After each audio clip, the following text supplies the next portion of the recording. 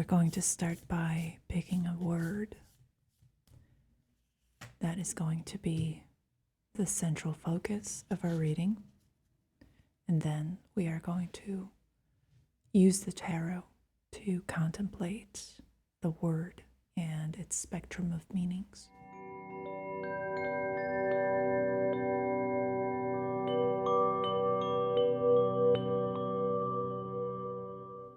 If you are new to my channel, welcome. Please consider subscribing if you enjoy ASMR and tarot. And to all of you, thank you for subscribing, for leaving comments, for reaching out, and for booking readings on my website. If you'd like a personal tarot reading, visit my website and you can see the kinds of reading types that I offer there. If you have any questions, feel free to email me. All right, let's dive in. Okay, so our word today is tudash, which means wisdom or knowledge. Let's see what the cards would like to show you about today's topic. What's something that is coming up immediately? Okay, the 10 of Pentacles, or the 10 of Coins. We are using the Fountain Tarot, by the way. It's a really beautiful deck. And the first implication with the 10 of Pentacles seems to be very obvious. I think this is easy to see, even to those who are not intimately familiar with the tarot system. Pentacles or coins represent the material world, and the number 10 is the highest, most exaggerated and exalted expression of that suit, of that energy. And so the most convenient and obvious connection that we can make here is that the knowledge that primarily exists in an abstract form within the mind, the way of thinking of the individual, is something that is translatable to the language of Earth, the domain of physical, material goods and assets and resources.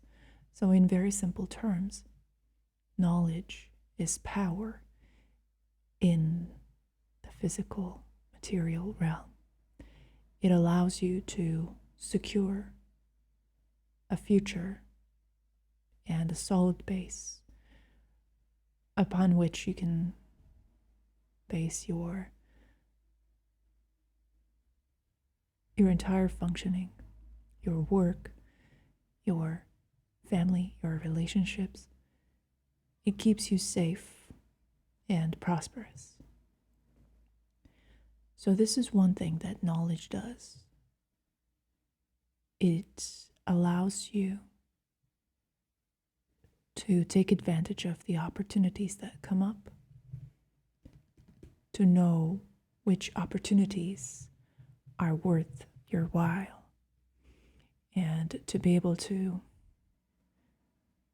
construct a situation for yourself that is full of wealth and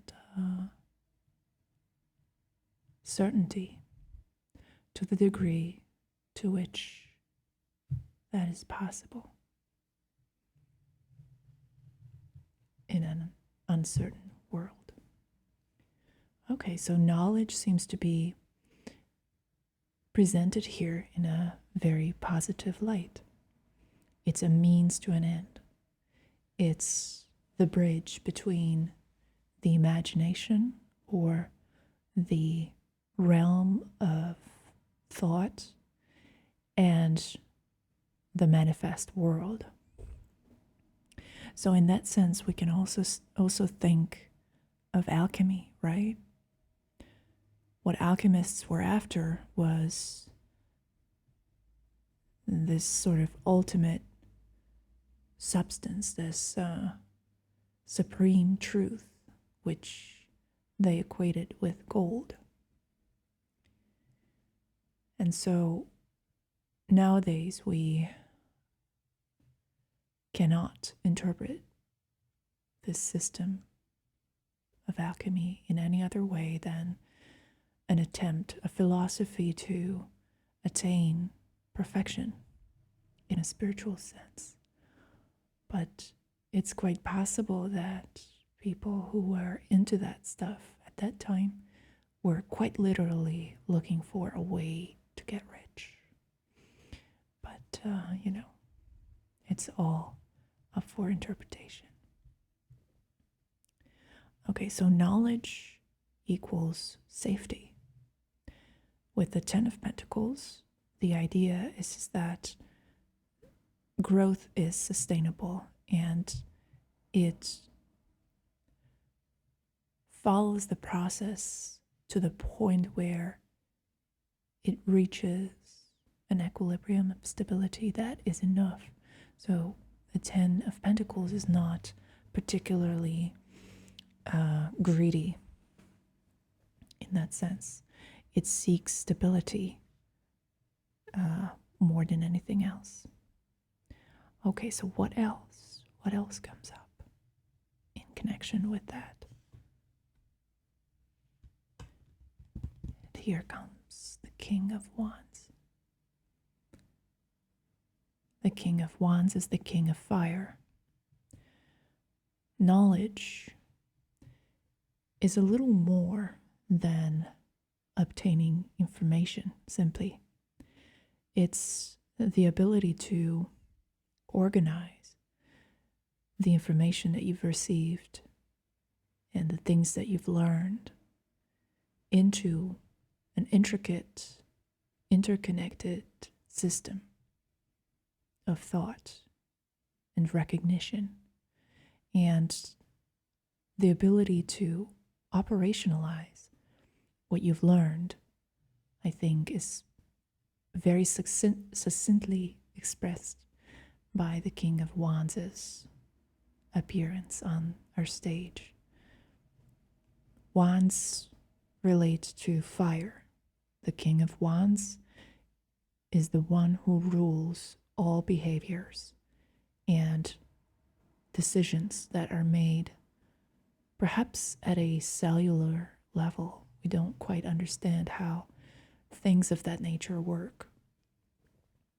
How does our body choose a certain path of unfolding behaviors and processes? How does it respond to stress or provocation or any kind of stimuli that it perceives and receives from the so-called outer world? So the King of Wands represents this calm but decisive and well-paced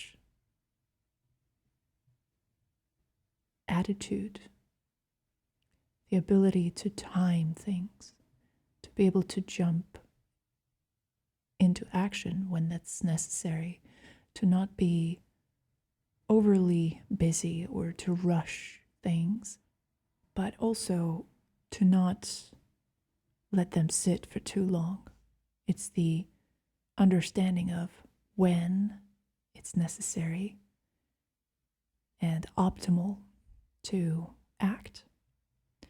So that's another thing that knowledge can give you. The intuition, the routine perhaps, or the expertise to know when it's possible and when it's desirable that you do what you need to do. Now, that's all well and good. We all know that we want knowledge by now. But the question of how, what is the step that we need to take at this point? Let's find out.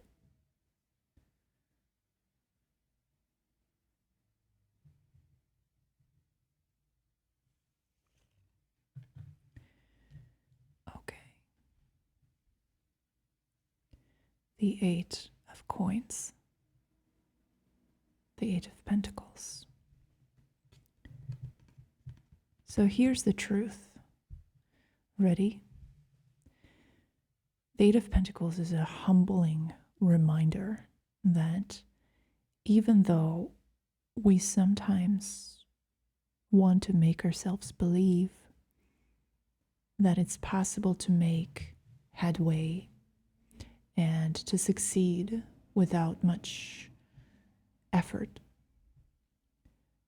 the real key is to have the humility, the dedication, the attention, the focus, the determination to, one, making a commitment to improving ourselves day by day without the physical, material investment of effort.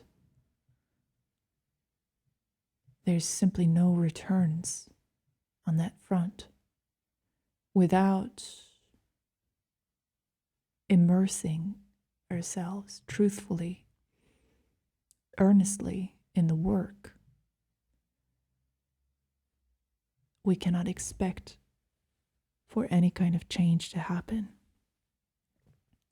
And so knowledge is attained by a meticulous